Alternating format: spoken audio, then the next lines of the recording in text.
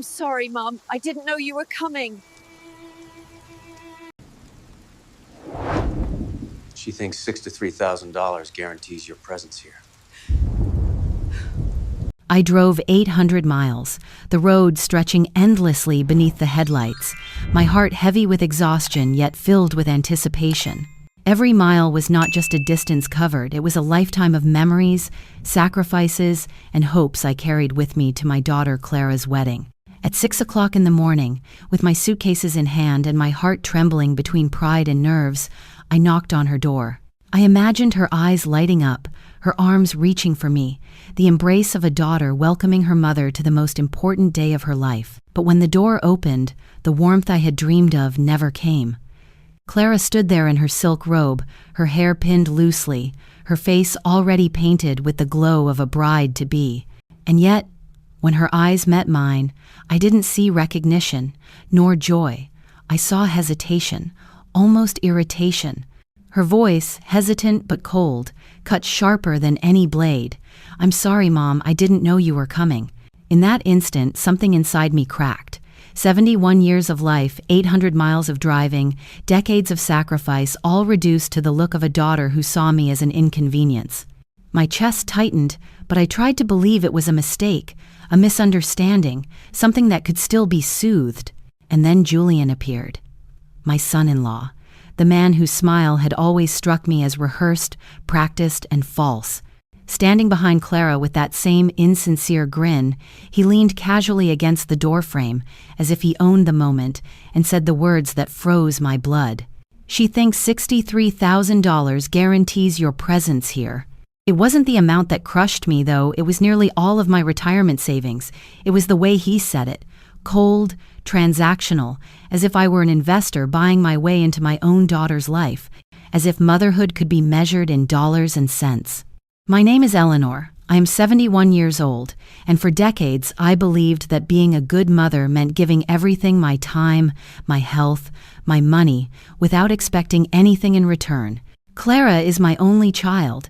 I raised her alone when her father abandoned us, when she was only 8 years old. I worked double shifts. I sold my car. I mortgaged my home. Every dream I had for myself, I folded away, just to give her every chance at a better life. I paid for her college, her first apartment, her car, everything. When she met Julian 3 years ago, I thought finally she had found happiness. How naive I was. He was no savior, no partner. He was a manipulator. At first it was subtle. "Your mom is too controlling. Don't you think it's time to be independent? She still treats you like a child." Slowly, I watched as Clara's warmth toward me cooled, her laughter turned distant, her calls became shorter. I told myself it was normal, part of growing up, part of starting her own family. Then came the wedding. When they asked me for money, I didn't hesitate. "Mom, we want the perfect wedding," Clara had said, tears shimmering in her eyes. "You've always been so generous. We promise we'll pay you back." And I believed her. I transferred $63,000, almost every cent of my retirement, because her happiness was my happiness. Julian had joked then, "Since you're paying, Eleanor, obviously you'll be in the front row." I had laughed it off, thinking it was cruel humor, not a threat. After all, how could I not be there? I was her mother. But that morning, standing at her door, I heard the truth. "The ceremony is very intimate, just close family," Julian said, his voice oozing false politeness. Close family. As if I had not been the one who comforted Clara's nightmares, who sat at her hospital bed when she was sick, who gave every ounce of myself so she could stand on her wedding day. My throat tightened. "But I am your mother," I whispered, my voice trembling. "I am your closest family." Clara turned away, her hands busying themselves with her robe, her eyes avoiding mine. "Mom, it's just, everything's already organized. The seating, the reception, it's all calculated." Calculated. Such a clinical word, spoken on the day that should have been drenched in love. Julian stepped forward, seizing the silence. "Look, Eleanor, we appreciate your contribution, truly, but Clara and I agreed we want this moment just for our nearest and dearest, and I, who had given everything, was not among them." I searched Clara's face, desperate for the child I had once held in my arms, the little girl who once clung to me for comfort. But she was gone. All I found was indifference, the faint shadow of a stranger I no longer recognized. Something hardened in me then, a coldness I had never felt before. My heart splintered, but my spine straightened. I nodded slowly. I understand. My voice was steady, calmer than I felt. Julian smirked, believing he had won. Clara exhaled in relief, mistaking my silence for surrender, but neither of them knew. Neither of them realized that I had secrets, of my own secrets that would unravel everything they had built. I walked back to my car, my dignity intact, though my heart lay in pieces.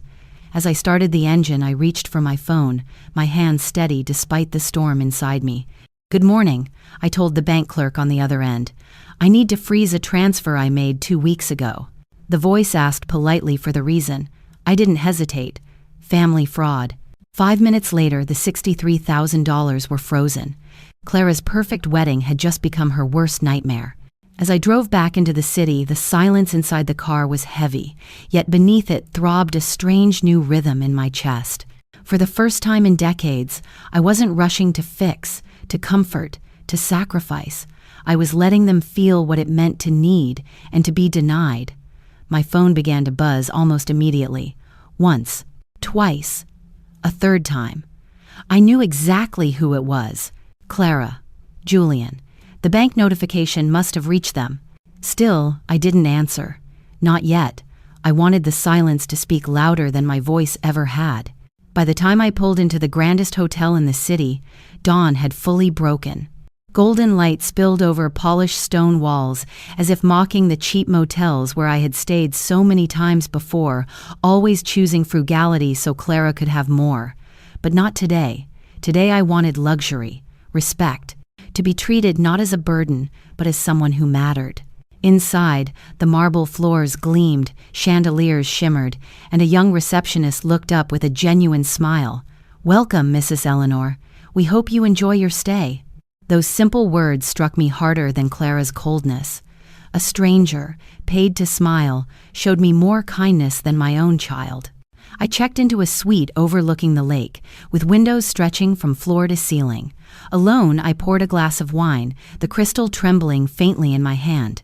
I sat down, not to cry, but to wait, to listen, to feel the shift of power I had never known before.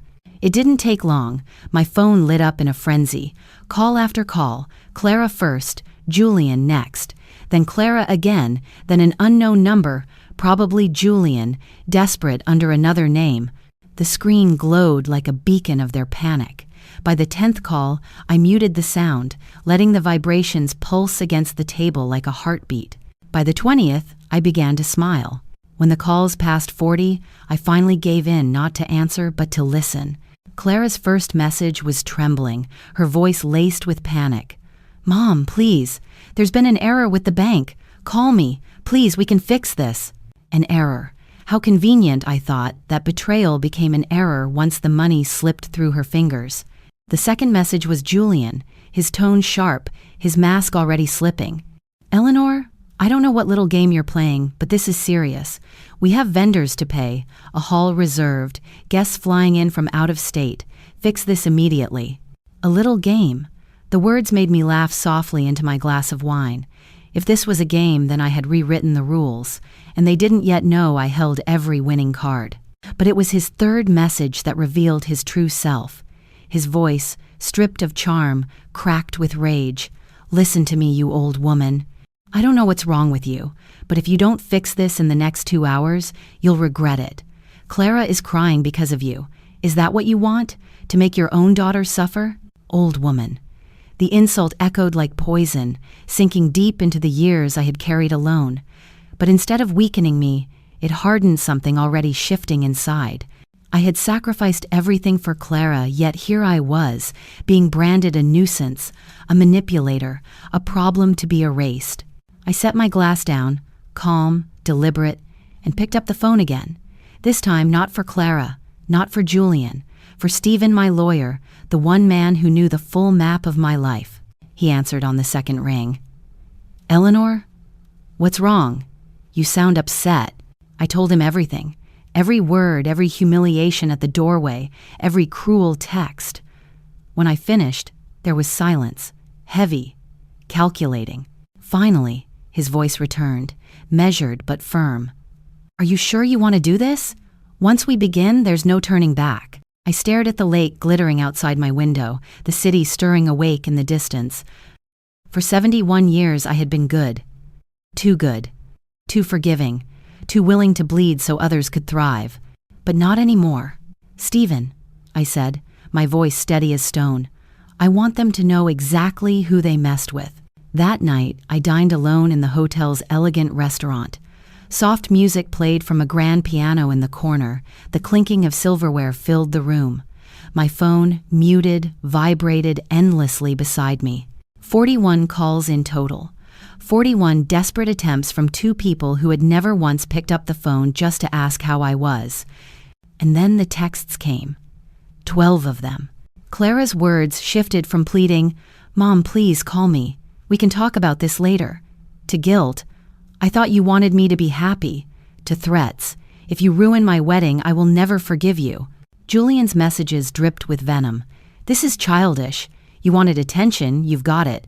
Now give the money back." And then the last one, the one that made me laugh so loud other guests turned to look at me.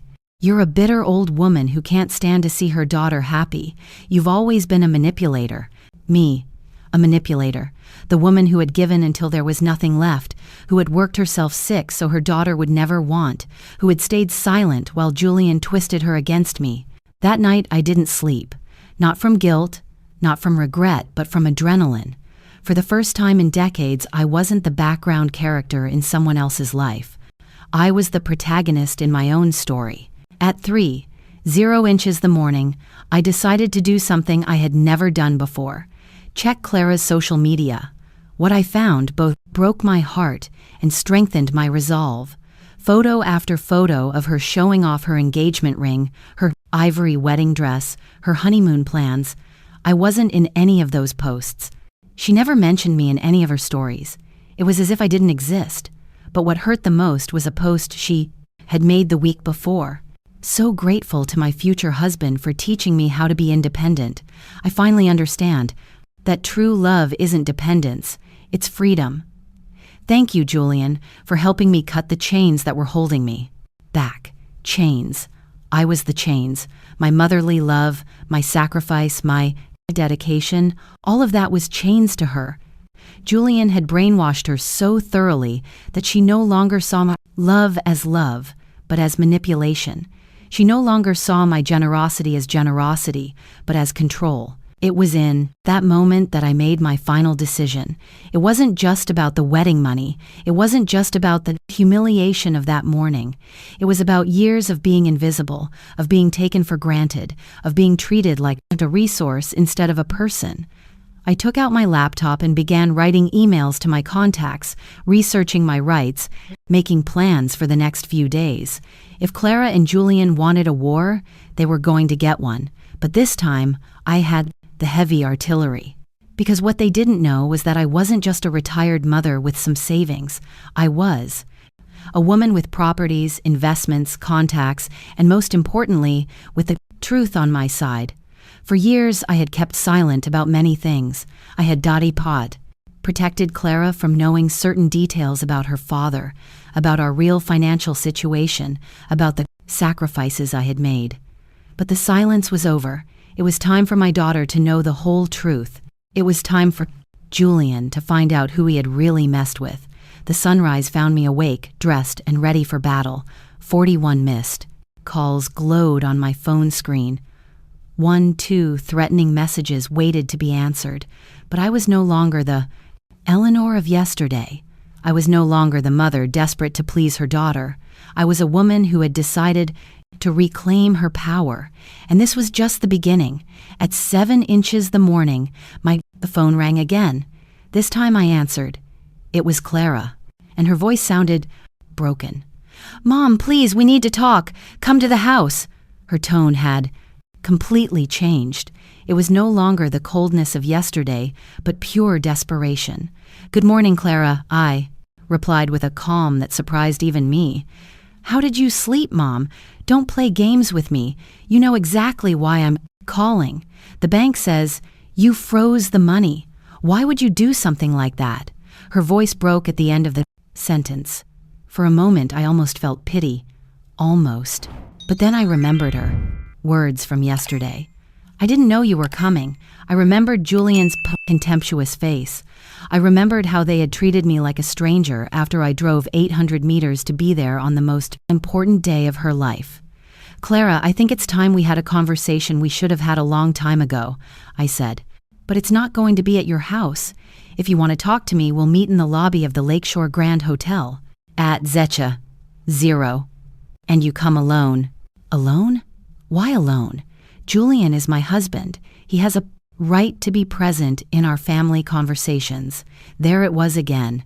Julian controlling even the conversations between a mother and daughter. Clara, Julian is not your husband yet. And if you want me to unfreeze that money, you either come alone or you don't come at all. You decide. There was a long silence. I could imagine her consulting with Julian, asking for permission to speak with her own mother. Finally, she sighed. Fine, I'll be there at 10. She hung up without saying goodbye. How far a little girl had strayed from the loving daughter who used to say, I love you, Mom, before hanging up the phone. But I had more important things to do before that meeting. I called Stephen. Good morning. Can we move up our appointment? I need to see you before 10. Of course, Eleanor. How serious is this? Stephen, we're going to change my will completely. An hour later, I was in Stephen's office signing documents that Clara could never have imagined existed. Are you absolutely sure about this, Eleanor? He asked me for the third time. This is a very drastic decision. I looked him straight in the eye. Stephen, for years I have been a mother. I have put my daughter's needs before my own. I have sacrificed my happiness, my comfort, my dreams for her. And yesterday I discovered that I am just a bank account. I am more sure of this than anything else in my life. The documents were ready. Stephen explained every detail, every consequence. Once you make this public, Clara is going to know exactly what she's losing. Are you prepared for that conversation? I smiled for the first time in 24 hours. Stephen, I've been preparing for that conversation my whole life. I just didn't know it. I arrived at the hotel 5 minutes before 10. Clara was already there, sitting in a lobby armchair with her eyes red from crying. She was wearing a light green dress I had given her last year for her birthday. She looked small, fragile, like the little girl I used to comfort when she had nightmares. For a second, my mother's heart softened. But then I remembered Julian's words. She thinks $63,000 guarantees your presence. Mom, she said, standing up as she saw me and tried to hug me. I took a step back. Sit down, Clara. We have a lot to talk about. Her eyes filled with tears when she saw me reject her embrace. Mom, why? Are you acting like this? I don't recognize you. You don't recognize me. That's interesting because I didn't recognize my daughter yesterday when she shut the door in my face. After I drove 800 meters to be at her wedding, I sat across from her, maintaining the distance. Tell me, Clara, at what point did you decide that your mother didn't deserve to be at the most important day of your life? Mom, it wasn't like that. It's just complicated.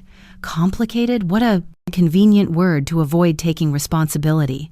Julian thought it would be better to have an intimate ceremony for only the closest family. And I'm not close family. The woman who gave birth to you, who raised you alone, who worked double shifts to give you everything you needed, she's not close family. The tears started to stream down her cheeks. Of course, you're close family. You're my mother. But Julian says, you've always been very intense with me, that I need space to create my own family. Intense. That's the new word they found. To describe my motherly love. I leaned forward. Clara, let me ask you a very simple question. Who paid for your college? You did, Mom. But who bought you your first car? You did. But who lent you the money for the apartment where you live now? You did. but I don't see what that has to do with anything. And who gave you $63,000 for your perfect wedding? Her face turned pale. You did, Mom. You've always been generous with me. That's why I don't understand. Why now? Why now? What, Clara? Why now am I refusing to be treated like an ATM? Why now am I refusing to be invisible in my own daughter's life? You're not invisible. You're very important to me. Her voice sounded desperate. Important. Clara, yesterday your fiancé told me that you, too, believed $63,000 guaranteed my presence at the wedding, as if I were a guest who had bought a ticket, as if my place in your life depended on how much money I gave you. Julian didn't mean it like that. He was just nervous about the wedding. You know how people get when they're stressed. There she was again, defending Julian, justifying the unjustifiable. Clara, do you know what the saddest part of all this is? You can't even see when someone is manipulating you anymore. Julian has brainwashed you so well that you now believe your mother's love is toxic. He hasn't brainwashed me. Julian helps me be independent. He helps me grow as a person. Independent. How ironic. Independent. Clara, you're not independent. You've gone from depending on me to depending on him. The difference is I never made you feel guilty for needing me. That's not true. Julian truly loves me. He wants what's best for me, what's best for you, and what's best for you includes humiliating your mother on your wedding day. It includes treating me like a stranger after everything I've done for you. Clara stood up, clearly agitated. Mom, stop. I came here to ask you to unfreeze the money. The wedding is tomorrow. We have everything paid for. With that money. If you don't release it, we're going to be humiliated in front of all our guests. Oh, so now you need me. Now I'm important. What a coincidence that your filial love shows up just when you need something from me. I stood up too, looking her directly in the eye. Tell me one thing, Clara. In the last 6 months, how many times did you call me just to see how I was doing? How many times did you come to visit me without asking for something? Her silence was more eloquent than any answer. Exactly. 0 times. The only time you talk to me is when you need something. Money, favors, for me to watch your dog when you go on trips. But never. You never call just because you miss your mother. That's not true. I love you, Mom. You love me? Really? Then, tell me, when was the last time you said I love you without it being attached to a request for money? Again, the silence. Another nail in the coffin. Clara, I'm going to tell you something I've never told you. Something I've kept secret all these years because I wanted to protect you. Her eyes widened with curiosity and fear. When your father left us, I had 2 options. I could have gone with him as he asked and left you with my sister. Or I could stay with you and raise you by myself. Dad asked you to go with him. Her voice was barely a whisper. Yes, Clara, your father asked me to leave everything and go with him to start a new life without you. He said you were too young, that you wouldn't remember us, that my sister would raise you well. Tears streamed freely down her face now. I chose to stay with you. I chose to be a single mother. I chose to sacrifice my chance at a new life because you were more important than anything in the world. My own voice broke. And now, 43 years later, my own daughter treats me like I'm an inconvenience. Mom, I know. No, Clara, you didn't know because you never asked. You were never interested in how much it cost to raise you alone. You were never interested in how many nights I stayed up wondering if I was doing the right thing. You were never interested in the fact that I turned down 3 marriage proposals because no man was ever going to be more important than my daughter. The hotel lobby had become our stage of pain. Other guests glanced at us discreetly, but I no longer cared. This conversation had to happen. Do you know what the most painful part of all this is, Clara? You've become the very thing I tried to prevent. You've become someone who abandons their family when they no longer need them. Clara collapsed into the armchair, sobbing uncontrollably. Mom, I didn't want to hurt you. It was never my intention. It's just that Julian says, "Enough!" I shouted. And the entire lobby turned to look at us. Enough of Julian says. Julian thinks. Julian's opinion. Where is Clara in all of this? Where is my daughter who had a mind of her own? I don't know what to say. Her voice was that of a lost child. Julian helps me see things differently. He says, "You've been very controlling, that you never let me grow up." Controlling. There was that word again. Clara, tell me something. When have I controlled you? When have I forbidden you from doing something you truly I wanted to do? Well, you always had an opinion about my boyfriends. An opinion, not a prohibition. Remember, David, that boy who hit you in college? Do you remember what I told you? Her eyes filled with recognition. You told me that no man had the right to lay a hand on me. Exactly. And was that control or was that a mother's protection? It was protection, she admitted in a low voice. And what about Evan? The one who cheated on you with your best friend? Do you remember what I told you? You told me I deserved someone who respected me. And was that control or was that love? Silence. So explain to me how Julian has convinced you that my love is control and his manipulation is freedom. Clara fell silent, processing my words. I could see the confusion in her eyes, the internal struggle between what she felt and what she had been taught to think. Mom, Julian doesn't manipulate me. He loves me. He loves you. Clara, a man who loves you doesn't push you away from your mother. A man who loves you doesn't make you choose between him and your family.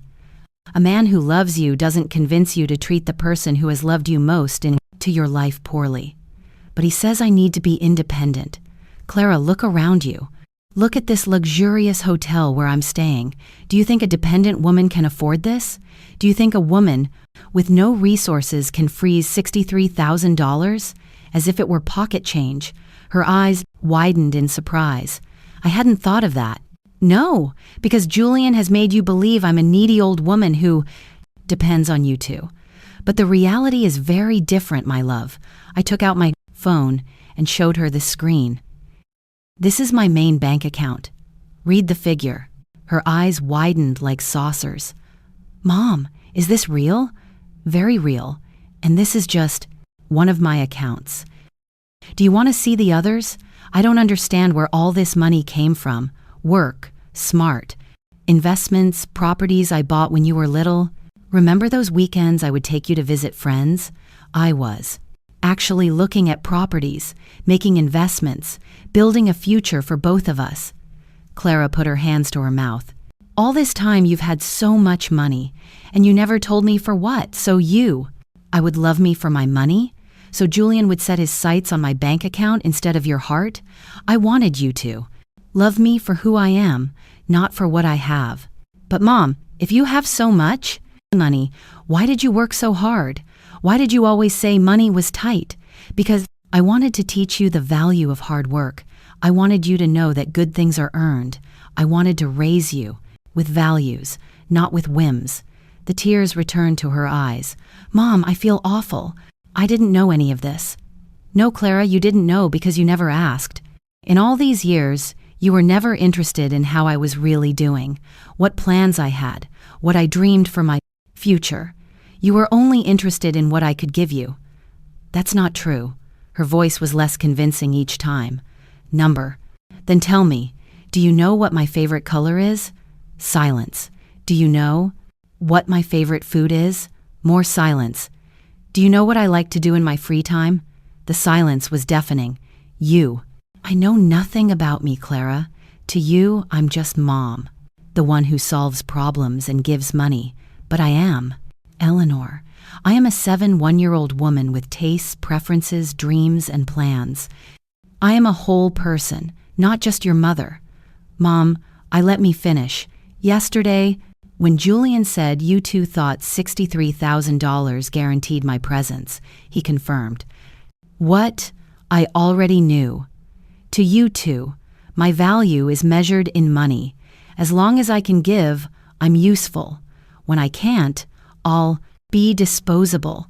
Don't say that. You know I love you. You love me. Then answer this. Why on your entire social media page, in all your wedding photos, in all your posts about your happiness, Do I never appear? Why do you never mention me? Why is it as if I don't exist in your life? Clara hung her head in defeat. Julian says that posting too much about family is in poor taste. And what do you say? What do you think? Or do you not think for yourself anymore? My voice hardened. Clara, when was the last time you made a decision without consulting Julian? He's my partner. It's normal to consult him on things. Normal. Is it normal for your partner to decide if you can mention your own mother on social media? Is it normal for your partner to have an opinion on whether your mother can come to your wedding?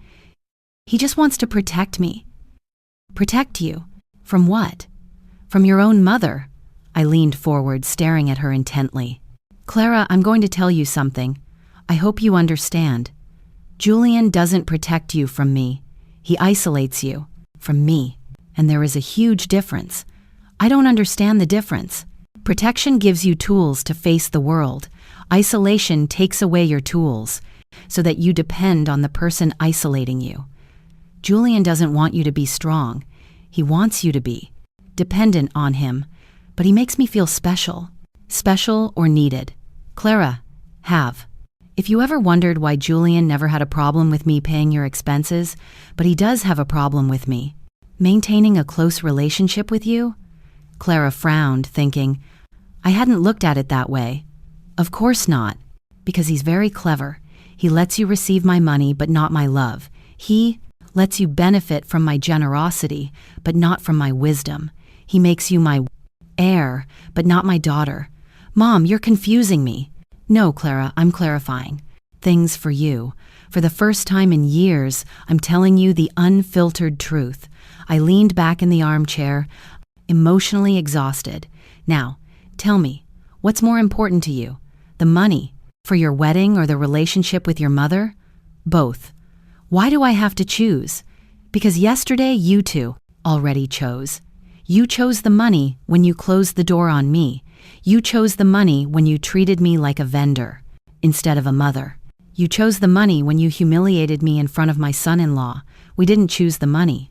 Her voice sounded less certain. Number.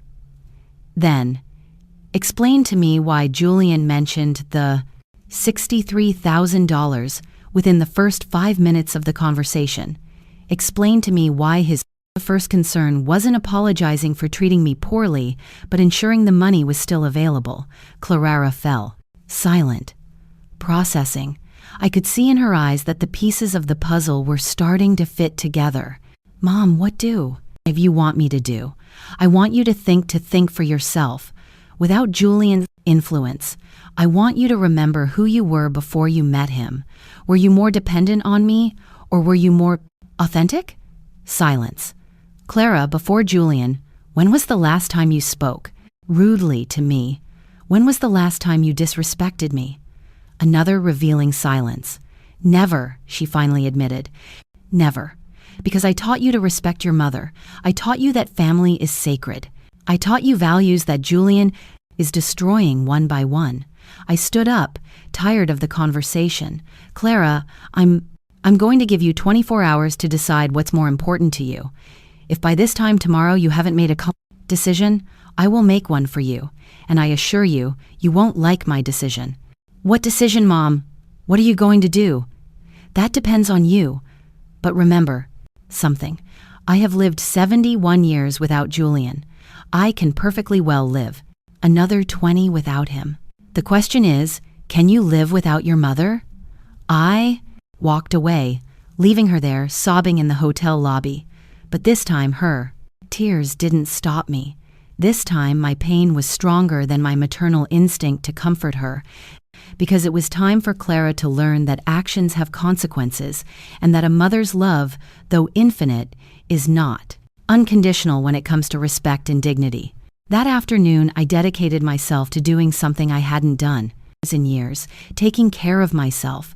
I went to the hotel spa, got a massage, a manicure, a pedicure. I got my hair cut at the fanciest salon in the city. I I bought new clothes, clothes that made me feel powerful and elegant, because I had made a decision. I was no longer going to dress like the long-suffering mother everyone expected. I was going to dress like the successful woman I truly was. As I was trying on an elegant red dress in the most expensive boutique on Michigan Avenue, my phone rang. It was Julian. This time I decided to answer. Hello. My voice was cold, distant. Eleanor, we need to talk. His tone was no longer arrogant like yesterday. There was a note of nervousness that I enjoyed hearing. Speak, I said as I admired myself in the mirror. The red dress fit to me perfectly. Look, I think there was a misunderstanding yesterday. Clara is very upset, and so am I. The wedding is tomorrow, and we need to sort this out. A misunderstanding? What a convenient word. There was no misunderstanding, Julian. You two were very clear. Yesterday. I was not welcome at my own daughter's wedding. The message was received loud and clear. That's not what we meant. We were stressed. You know how weddings are. Julian, let me ask you something. In these 3 years, have you ever treated me like your girlfriend's mother? Or have you always seen me as an obstacle? There was a long silence. I don't know what you're talking about, Eleanor. I've always respected you. I laughed. A genuine laugh that surprised even the saleswoman respected me. Calling me an old woman is respect. Saying I'm a manipulator is respect. Convincing my daughter that my love is toxic is respect. I never said those things. Julian, do you think I'm stupid? I'm 71 years old. I'm not a naive teenager. I know exactly what you've been doing. You've been poisoning my daughter against me since the day you met her. That's a lie. I love Clara. Do you love her, or do you love what she can give you? Because a man who loves a woman doesn't push her away from her family. A man who loves a woman helps her be a better daughter, not a worse one. Clara is an adult who can make her own decisions. Her own decisions. Julian, Clara hasn't made a decision of her own since she met you.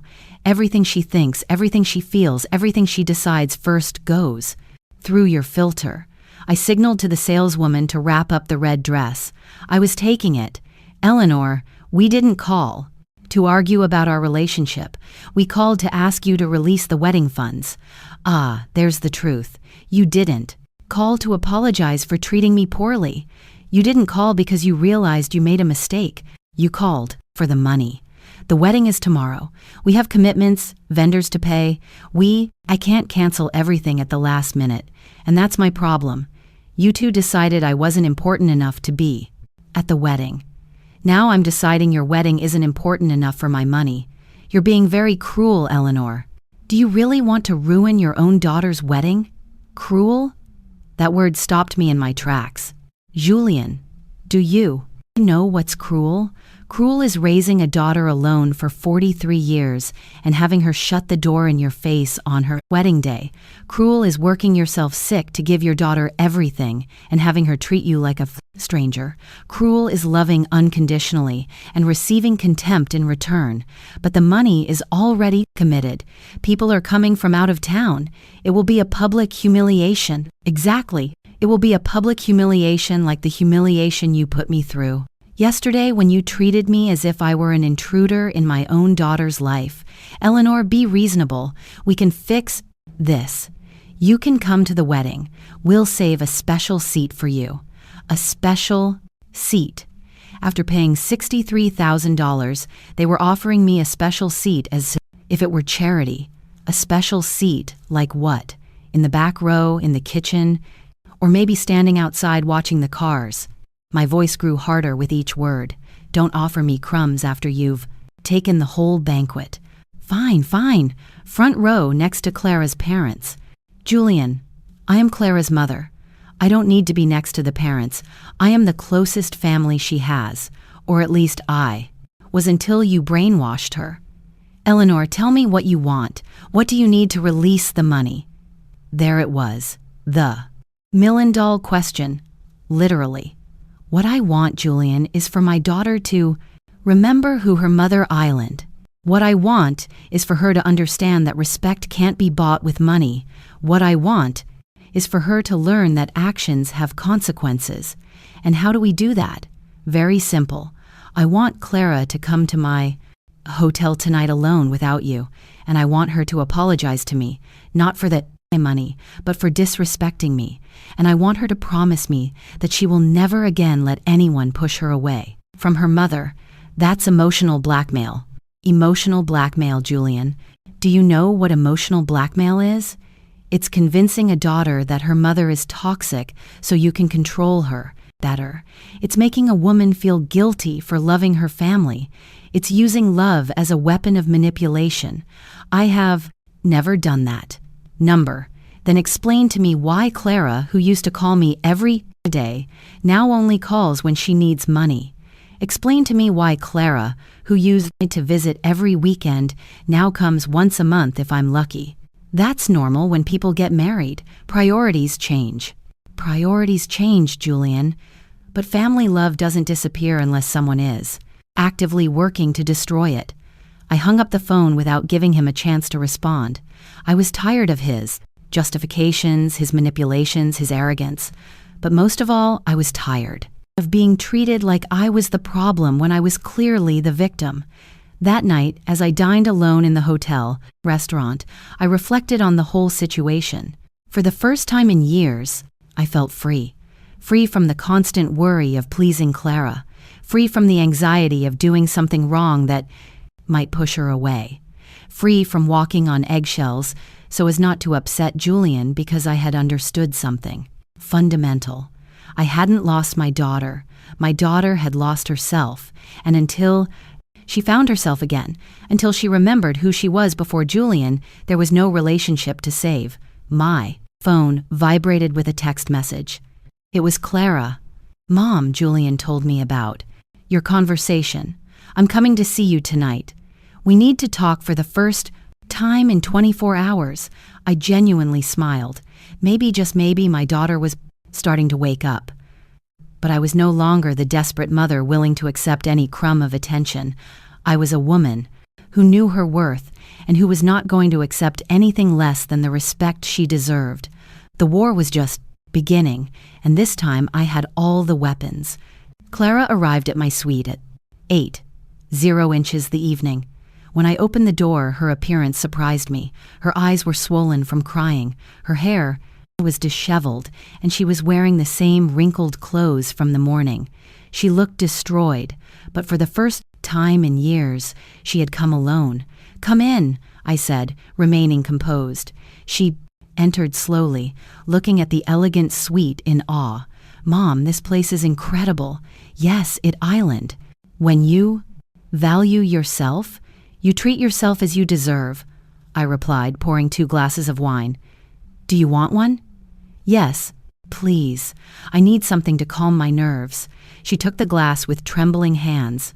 "Mom, I've been thinking all day about our conversation this morning, and I think you were right about a lot of things." "About a lot of things?"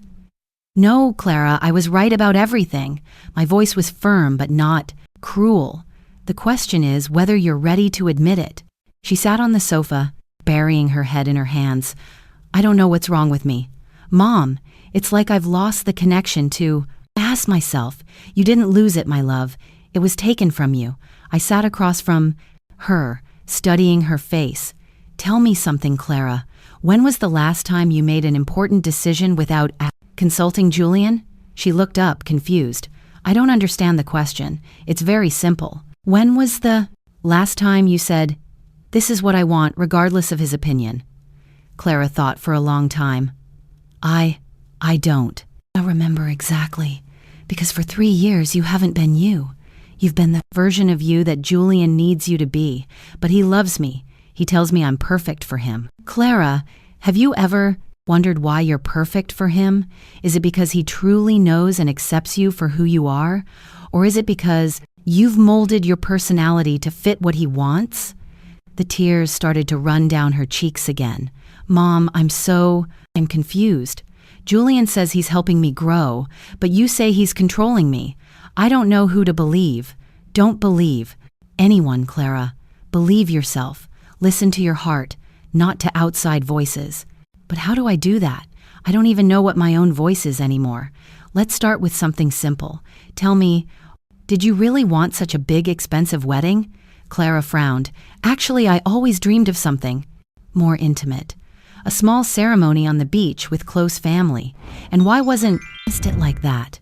Because Julian says a wedding is the most important event in a woman's life that we have to celebrate. Wrap it in a big way so everyone can see how happy we are. Everyone who cares so much about being impressed. His friends, his work colleagues, his family.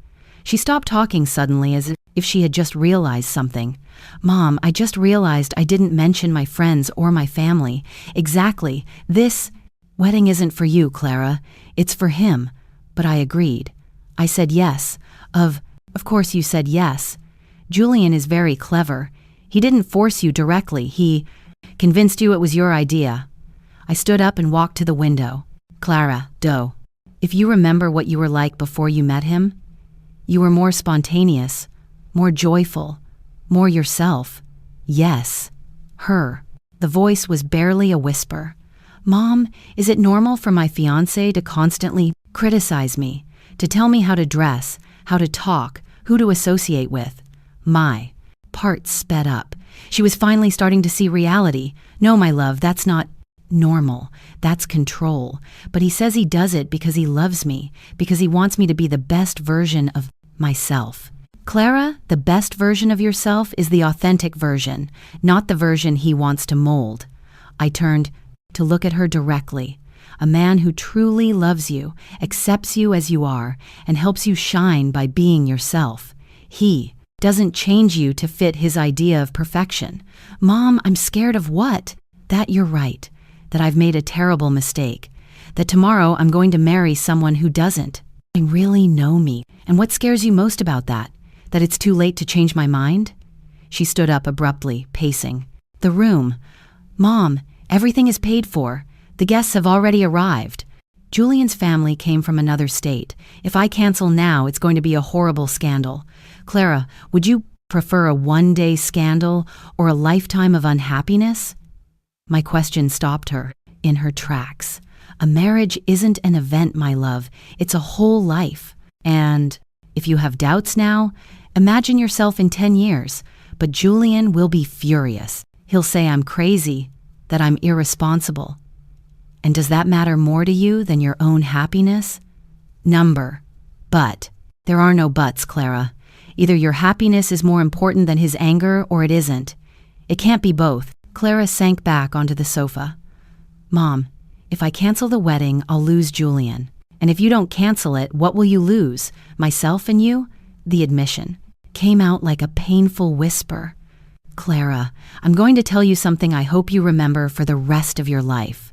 It is better to be alone and be yourself than to be with someone and be a fake version of yourself. I sat down beside her and took her hands. I was alone for many years after your father left, and they were happy years because I was authentic.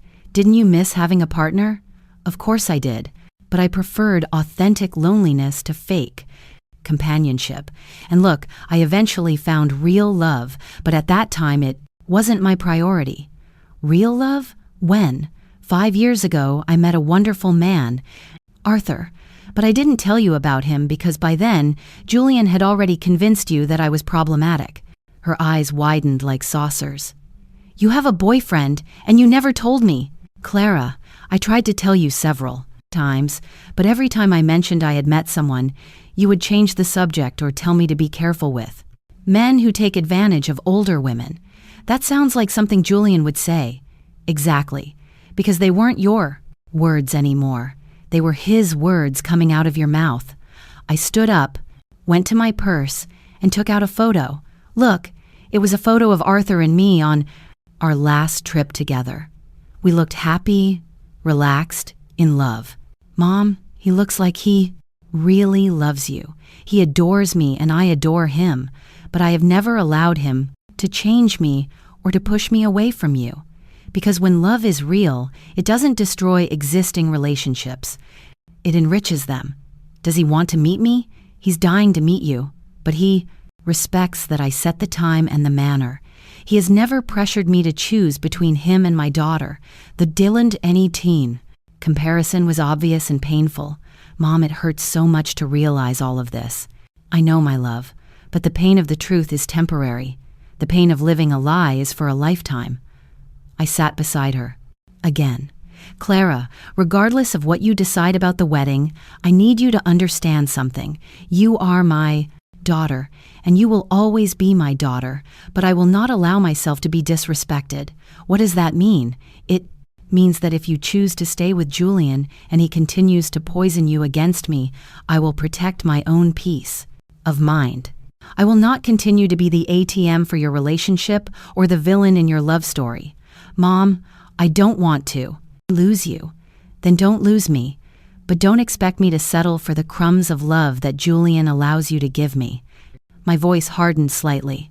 I deserve a daughter who defends me, who values me, who includes me in her life out of love, not obligation. Clara burst into tears. Mom, I've been horrible to you. I didn't realize what was happening. My love, realizing is the first step. Now the question is, what are you going to do with this new information? Clara cried. In my arms for 20 minutes. They were not tears of manipulation or self-pity. They were tears of recognition, of genuine pain for having lost herself.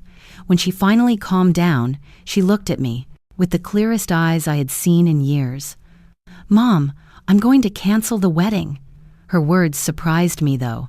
It was what I had hoped to hear. Are you sure? It's a very big decision. I'm sure. I can't marry someone who has pushed me away from the most important person in my life. I can't marry someone who makes me doubt my own mother. Clara, only cancel the wedding if you truly don't want to marry him. Don't cancel it for me. It's not for you, Mom. It's for me. I've realized I've been living the life he wants, not the life I want. She stood up from the sofa with determination. I'm going home right now, and I'm going to tell him I'm not getting married tomorrow. Do you want me to come with you? I have to do this alone, but I need to know that when I walk out of there, I'll have a place to go. You will always have a place with me, my love. Always. I hugged her tightly. But, Clara, be prepared. Julian is not going to take this well. He's going to try to manipulate you into changing your mind. I know, but I'm not going to fall for his games anymore. She took my face in. Her hands. Mom, forgive me for being so blind. Forgive me for doubting your love. Forgive me for letting someone convince me that you were the problem. You're already forgiven, my love. The only thing that matters is that you've come to your senses. I walked her to the door. Call me as soon as you're done talking to him, no matter the hour. After Clara left, I sat on the balcony of my suite with a glass of wine, waiting. I knew the conversation with Julian wouldn't be easy. I knew he would use all his manipulative weapons to make her change her mind. But I also knew that my daughter had awakened, and an awakened woman is very difficult to put back to sleep. My phone rang at 11 at night. It was Clara, and she sounded agitated. Mom, I'm in my car outside the house. Julian is furious. He screamed horrible things at me. What kind of things? He said I'm crazy. That you brainwashed me? That I'm an irresponsible person who doesn't understand the consequences of her actions. And what did you say to him? I told him that for the first time in 3 years, I'm thinking clearly that I realized he had pushed me away from you and from myself. He went crazy. Mom, I've never seen him like that. Did he hurt you? Not physically, but her voice broke. Mom, he said that if I leave him, that now he'll ruin my life, that he'll tell everyone I'm an unstable lunatic, that he'll make me lose my job. Your job? What does your job have to do with this? He knows my boss. He said he'll tell him I'm an unreliable person, that I can't be depended on for anything important, Clara. That's called blackmail, and it confirms everything I told you about him. I know, but I'm scared. What if he follows through on his threats? My love, a man who threatens you to stay with him doesn't love you. He possesses you, and possession is not love. Mom, can I come to the hotel? I don't want to go back into the house. Of course. Come. Immediately. 20 minutes later, Clara arrived at my suite with a small suitcase. She looked pale, but determined. I just packed the essentials. I'll come back for the rest of my things tomorrow when he's not there.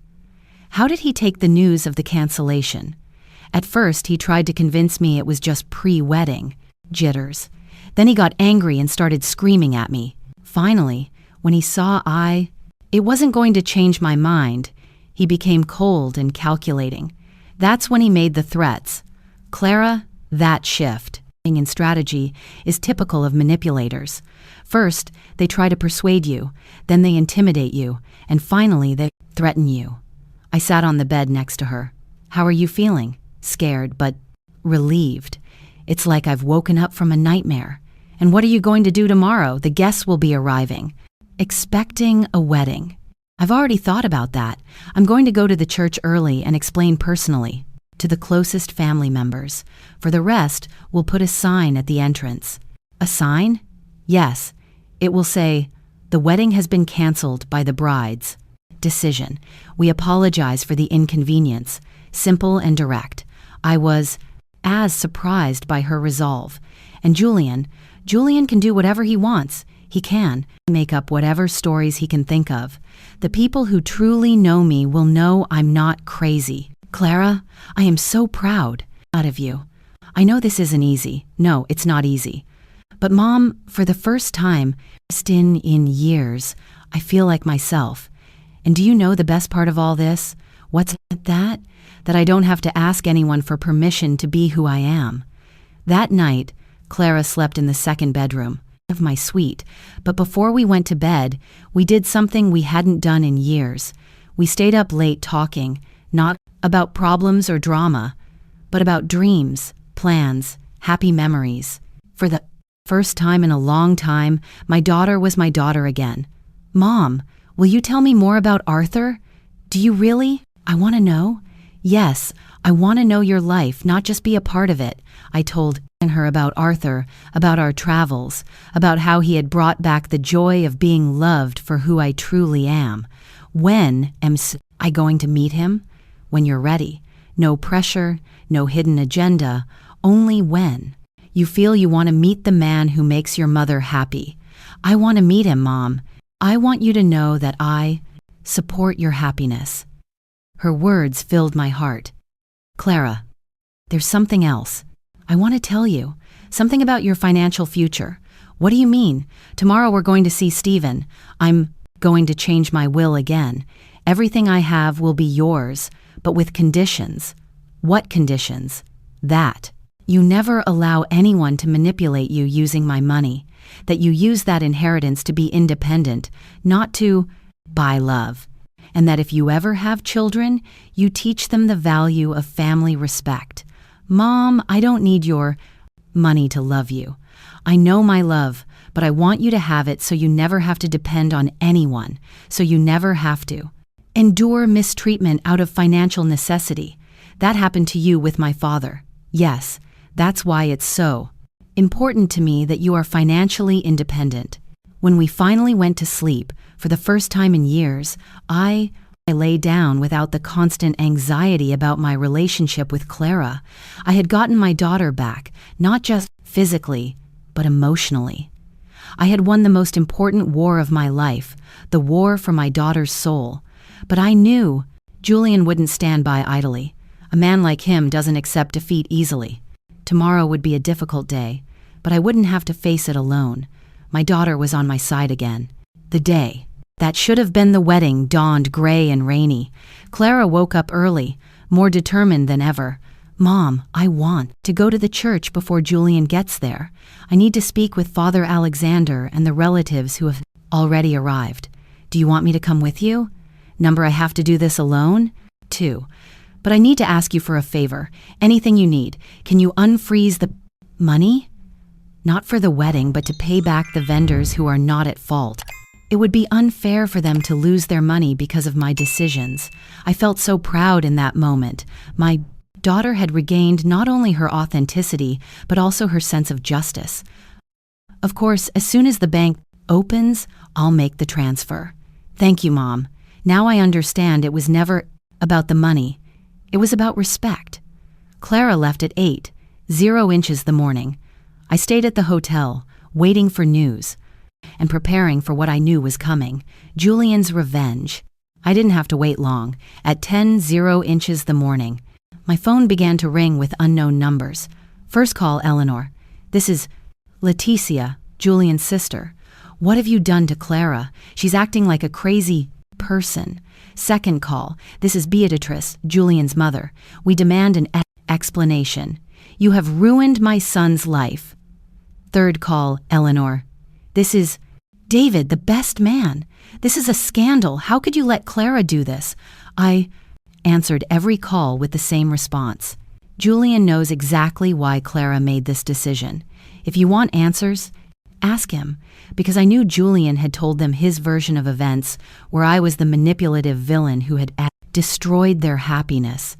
But the call that truly surprised me was from a number I didn't recognize. Mrs. Eleanor. This is Ivan, a reporter from the local news channel. We have information that the Julian-Clara wedding was canceled at the last minute due to family interference. Could you give us your version of events? There it was. Julian had called the press. He wanted to turn this into a public scandal to pressure Clara into going back to him. I have no comment for the press, I replied and hung up. But I knew this was only the beginning. Clara returned to the hotel at noon, exhausted, but at peace. How did it go? Better than I expected. Father Alexander was very understanding. He said he'd rather have a canceled wedding than an unhappy marriage. And our relatives, most of them understood. Some were upset. But when I explained that I had serious doubts about the relationship, they said I did the right thing. And Julian, he arrived as I was, finishing explaining the situation.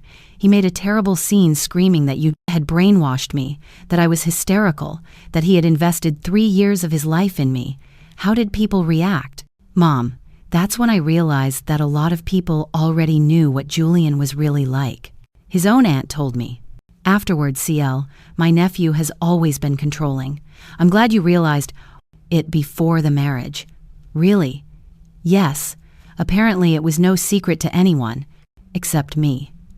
But the conversation was interrupted when Clara's phone began to ring insistently. It was Julian. She hesitated before answering. Put it on speaker, I suggested. I want to hear what he has to say now that his plan has been ruined.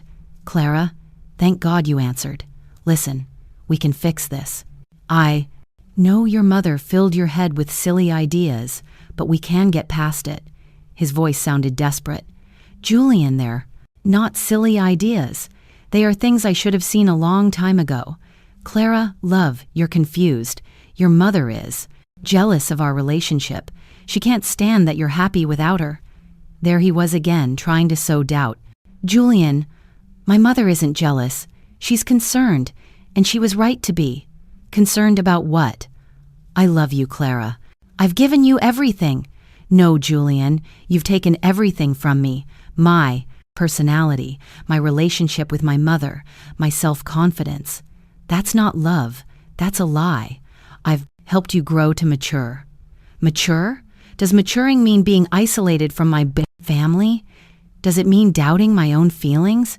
Does it mean needing your approval for everything? Clara's voice grew firmer with each word. Julian, you made me believe my mother was the problem when the problem was you. Clara, don't do this to me. Think of everything we've built together. What have we built, Julian? A relationship where you decide everything and I obey. That's not building, that's controlling. But I love you. Doesn't that count for anything? If you truly loved me, you would never have pushed me away from my mother. If you truly loved me, you would have helped me be a better daughter, not a worse one. Clara looked at me as she spoke, and I saw in her eyes a strength she had lost years ago. Julian, this is over. Don't call me again. His voice on the other end was suddenly frantic, stripped of arrogance. Wait, what if we talk to your mother? What if we make peace? We can start over. How ironic that only now, once he realized he had lost, he wanted to include me. No, Julian. Clara's voice was steady, sharper than I had ever heard it. There's no going back. And let me tell you something. My mother was right about you from the beginning. It's a shame I was too blind to see it." His tone turned desperate, pleading. "Clara, if you leave me, you'll regret it.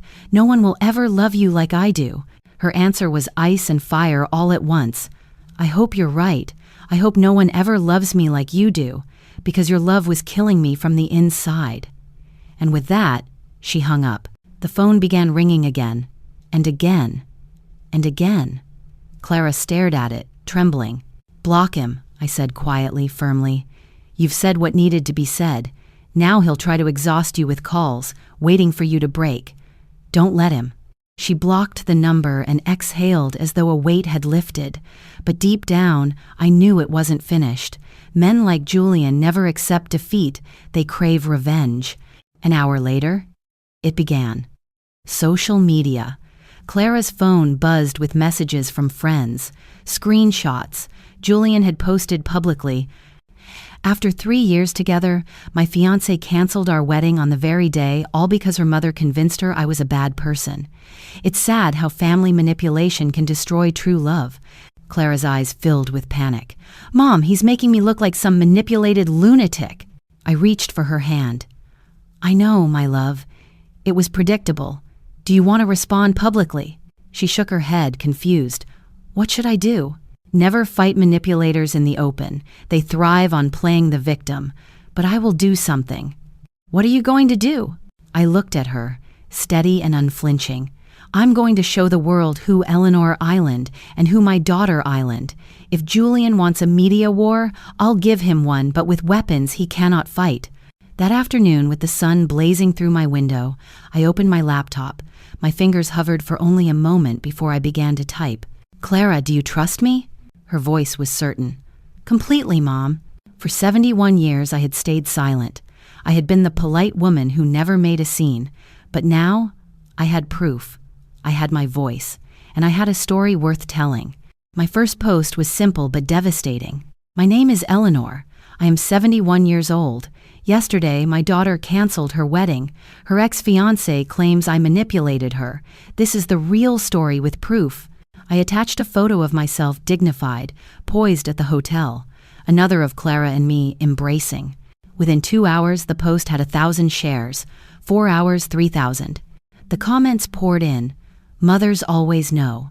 Respect to women who defend their daughters. Tell us the truth, Eleanor." The second post was sharper. "Julian says I manipulated my daughter.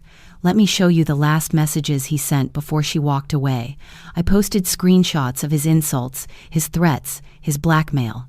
"Does this look like the language of a man in love?" The response was electric. "That man is an abuser. Classic manipulator." Good thing Clara saw it in time. But the third post shattered everything. "Julian says I ruined his life. I didn't ruin anything, I just stopped financing his performance. I uploaded proof of the $63,000 transfer, and then proof that I had frozen it. A man who truly loves does not measure love in money." That was the spark. The story went viral. Thousands of women began sharing their own experiences of financial manipulation. Mothers, daughters, survivors. My story had become a mirror. A voice for something far larger than myself. Clara sat stunned, watching the numbers rise. "Mom, you have 50,000 followers in one day." I smiled softly. "Because too many women have lived this. I only put into words what they've felt." Julian, of course, fought back online. "That old woman is lying. Clara was happy until her mother poisoned her." But every word only dug him deeper. His rage exposed him. The final blow came from someone unexpected. Letitia, his ex-girlfriend. Her testimony cracked the last mask. "Julian did the same to me, isolated me from my family, controlled my money, made me believe my mother was toxic. When I left, he tried to ruin me too. Clara is lucky. She has Eleanor." Then 3 more women came forward. His pattern was undeniable. Clara wasn't his first victim, but she would be his last. Days later, as Clara and I packed her things from the apartment, Julian had vanished from social media, fired from his job, his reputation in ruins. "Do you feel bad for him?" I asked quietly as I folded her clothes. Clara shook her head. "I feel bad for the woman I became with him. But for him? Never. For the first time in 3 years, I feel free. Weeks passed. In my garden over coffee, Clara surprised me. "Mom, when am I going to meet Arthur?" I blinked. "Are you sure you're ready?" "More than ready. I want to meet the man who makes my mother happy, and I want to apologize to him for the time we wasted." That night, I called Arthur. His voice trembled with joy. "Eleanor, I've waited for this moment for 5 years. You don't know how happy you make me." The next evening, Arthur arrived with flowers for both of us. His smile was genuine, his presence steady. "Clara, your mother has told me so much I feel as if I already know you." Clara's eyes softened. "Mr. Arthur, I'm sorry you had to wait so long." He shook his head. "There's nothing to be sorry for. The important thing is we're here now." At dinner, I watched how effortlessly he included Clara, how he respected me without ever competing for my attention. It was the quiet confidence of a man who didn't need to isolate love to keep it. Later that night, Clara whispered to me, "Now I know the difference. Arthur loves you so much he wants every part of your life to be full. Julian loved me so much he wanted to be my only source of joy." 6 months later, Clara had a new job, new friends, even a kind man who encouraged her to call me every day. Arthur and I had sold some properties and set out to travel the world together. One afternoon, over lunch at our favorite restaurant, Clara reached across the table. "Mom, thank you for fighting for me even when I was against you. That's the difference between a mother and a manipulator. A mother fights for her child's well-being, even when it's hard. A manipulator fights only for control." Her eyes glistened. "Do you know what I admire most? You never once said, 'I told you so.' You never made me feel foolish. You only helped me stand back up." I squeezed her hand. "Because my goal was never to be right, my love. My goal was always to have you back." That evening, over dinner with Arthur, he told me words I'll never forget. "Eleanor, what you did for Clara was extraordinary.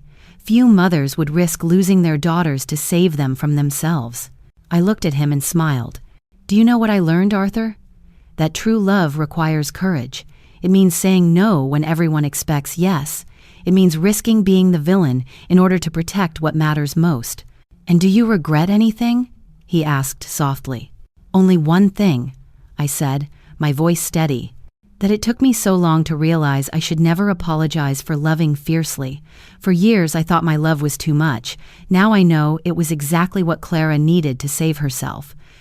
I don't regret driving 800 miles to a wedding I wasn't welcome at. I don't regret freezing $63,000. I don't regret standing up when my daughter could not, because I finally understood. Kindness should never come at the cost of self-respect. And a mother who knows her worth raises a daughter who learns hers."